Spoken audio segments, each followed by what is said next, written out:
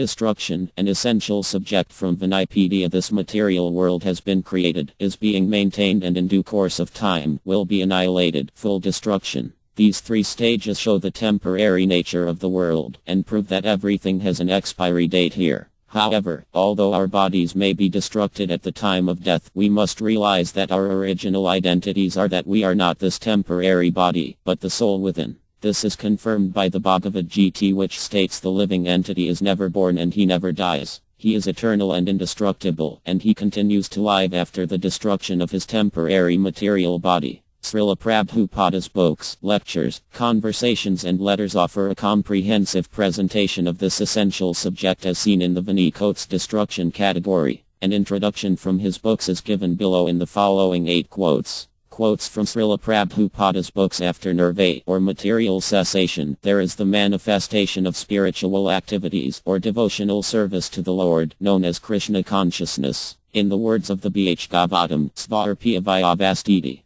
This is the real life of the living entity. My, or illusion, is the condition of spiritual life contaminated by material infection. Liberation from this material infection does not mean destruction of the original eternal position of the living entity. Bhagavad Gita 6.2023. The Supreme Lord enters the material cosmos and causes creation, maintenance and destruction in their due course, whereas the part and parcel living entity enters the material elements and has his material body created for him. The difference between the living entity and the Lord is that the living entity is part and parcel of the Supreme Lord and has the tendency to be overcome by the interactions of the material qualities. Krishna Book, Chapter 48. Irresponsible work is destructive because it destroys the regulative principles of scriptural injunction. It is often based on violence and is distressing to other living entities. Such irresponsible work is carried out in the light of one's personal experience. This is called illusion, and all such illusory work is a product of the mode of ignorance.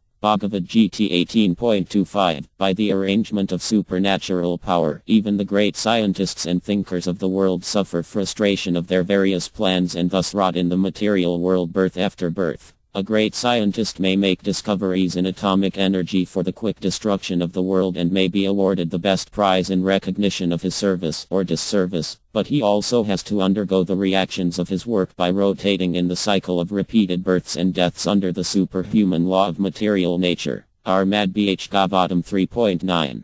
10. Because destruction is in the mode of ignorance, Lord Eva and his worshipable deity, Sakara, are technically called Tamas. Lord Eva is the incarnation of Tamogu. Since both Lord Eva and Sakara are always enlightened and situated in the transcendental position, they have nothing to do with the modes of material nature, goodness, passion and ignorance, but because their activities involve them with the mode of ignorance, they are sometimes called Tamas. Armad Bhagavatam 5.17. 16. Persons devoid of Tma-tattva do not inquire into the problems of life, being too attached to the fallible soldiers like the body, children and wife. Although sufficiently experienced, they still do not see their inevitable destruction. Armad Bhagavatam 2.1. 4. Experienced material scientists have been obliged to accept the fact that the living spark cannot be duplicated by material science. Whatever can be created by the manipulation of matter is destructible and temporary. In contrast, the living spark is indestructible, precisely because it can never be constructed by any combination or quantity of matter. We can produce material atomic bombs but not the spiritual spark of life.